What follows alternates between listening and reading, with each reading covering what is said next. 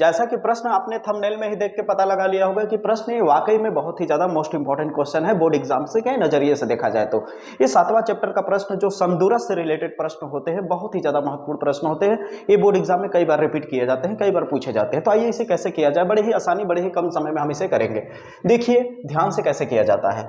तो यहाँ पे कह रहा है कि बिंदु x, y, बिंदु इतना और इतने से समदूरस्थ है, यानी x, y जो है, x, y जो है बिंदु इतना 3,6 और -3,4 से क्या है, समदूरस्थ। समदूरस्थ का मतलब कि जब इस वाले को यहां से नापा और इस वाले को यहां से जब नापा तो दोनों की दूरी क्या है, बराबर है। इसे ही कहते हैं समदूरस्थ। यानी ये जो x, y है, देखिए खुद समझिए, प्रश्न को थोड़ा ध्यान से पढ़िएगा तब समझ में आएगा।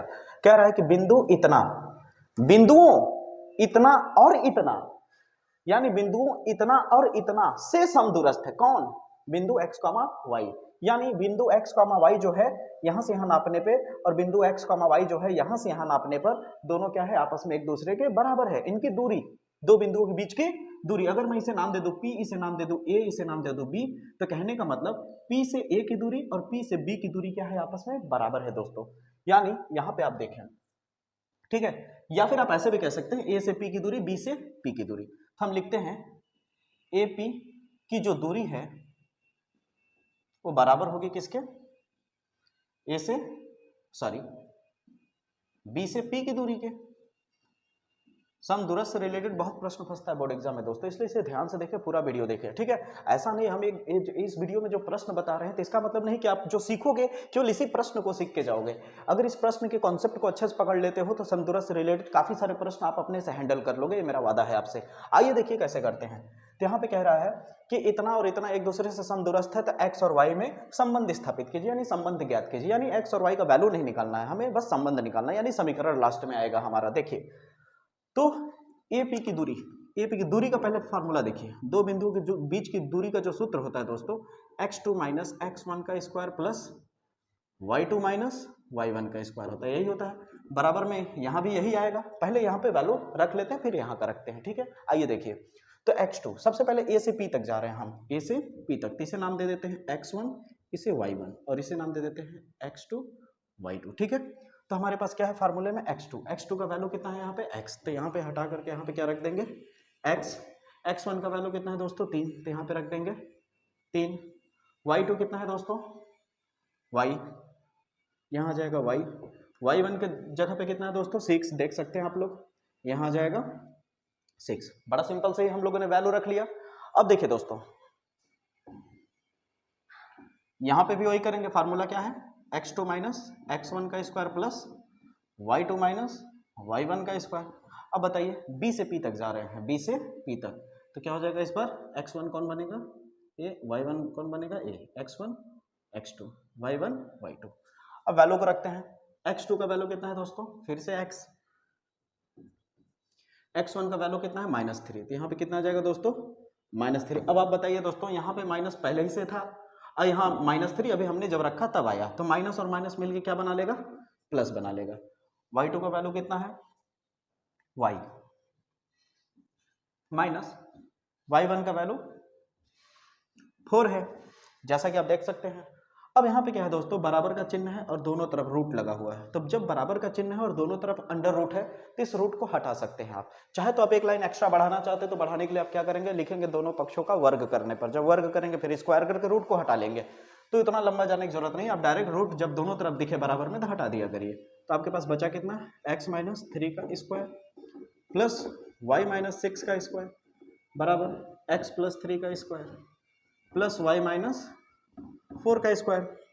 अब यहाँ पे देख सकते हैं काफी सारे फार्मूले बन रहे हैं, जैसे कि यहाँ पे देखें दोस्तों, यहाँ फार्मूला बन रहा है a माइनस बी का whole square, a minus B का होल स्क्वायर।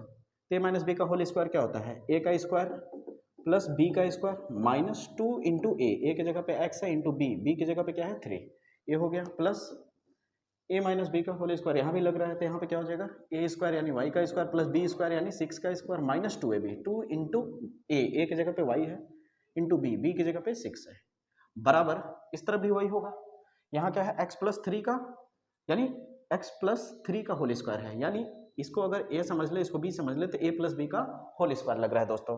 तो देख सकते हैं a का स्क्वायर प्लस बी का स्क्वायर प्लस 3 ए का square plus B square plus 2ab, 2 into A की जगह पे x इंटू बी की जगह पे 3 प्लस, यहाँ पे आप इसे देखिए करें या ना करें कोई दिक्कत नहीं, आपको समझाने के लिए मैंने यहाँ पे इस तरह से बनाया स्ट्रक्चर, ठीक ना। आप बनाए या ना बनाए आपको स्टेटमेंट तो लिखना पड़ेगा दोस्तों, ठीक ना, कि स्टेटमेंट में आपको लिखना पड़ेगा इसको आपने P माना है, इसको A और इसको B, ठीक है।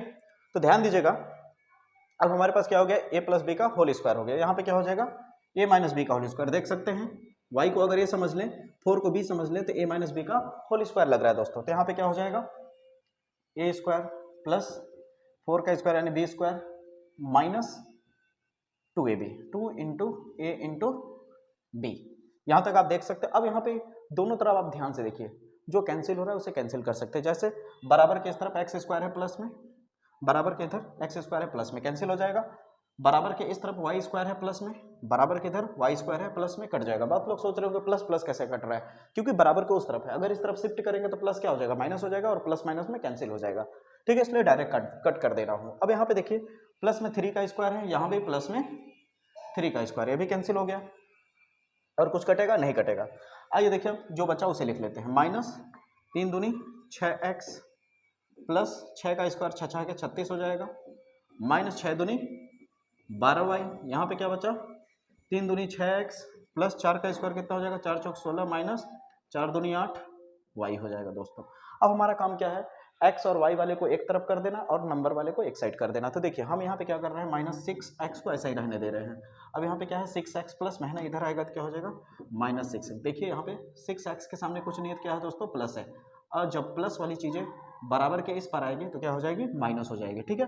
अब यहाँ पे क्या है हमारे पास क्या है माइनस 12y, अब ये क्या है 8y, माइनस में इधर आएगा तो क्या हो जाएगा बराबर के इस तरफ आएगा तो माइनस क्या बन जाएगा प्लस, तो प्लस 8y हो जाएगा, ठीक है।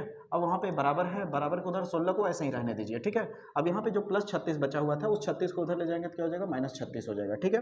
अब यहाँ पे माइनस 6x माइनस 6x कितना हो जाएगा माइनस माइनस प्लस हो जाएगा, आदेश देगा जोड़ने के लिए, तो 6x और 6x मिलकर हो जाएगा 12x, लेकिन चिन्ह माइनस का ही रहेगा।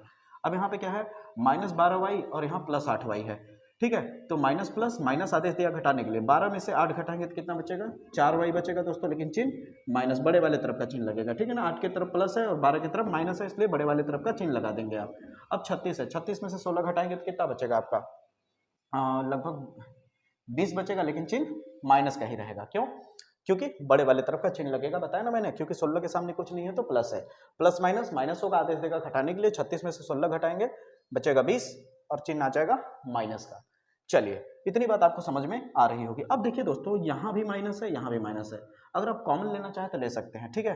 देखिए जैसे अगर आप माइनस कॉमन लेंगे और यहाँ भी 4 है यहाँ भी 12 है, तो 4 के पहाड़े में ये भी आता है, 4 के पहाड़े में भी आता है, तो आप 4 कॉमन ले सकते हैं। 4 अगर कॉमन लेंगे तो यहाँ पे कितना बचेगा माइनस 4 कॉमन लेंगे तो यहाँ बचेगा 4 दिया ही 12 यानी 3x बचेगा, और माइनस कॉमन ले लिए तो माइनस क्या हो जाएगा प्लस हो जाएगा, 4 तो बाहर ले चुके हैं, केवल y बचा बराबर माइनस 20। अब देखिए माइनस से माइनस कट जाएगा, अब यहाँ पे 4 इंटू में उधर जाएगा डिवाइड में चला जाएगा, तो यहाँ पे कर दे रहा हूँ, शायद नहीं दिख रहा होगा। तो देखिए यहाँ पे क्या हो जाएगा दोस्तों 3x प्लस वाई बराबर 20 है, अब 4 उधर जाएगा तो डिवाइड में चला जाएगा, तो कितना आ जाएगा 3x प्लस वाई बराबर 4 पंचे 20, 5 आ जाएगा। यही आपका समीकरण होगा, यही आपका x और y का संबंध होगा।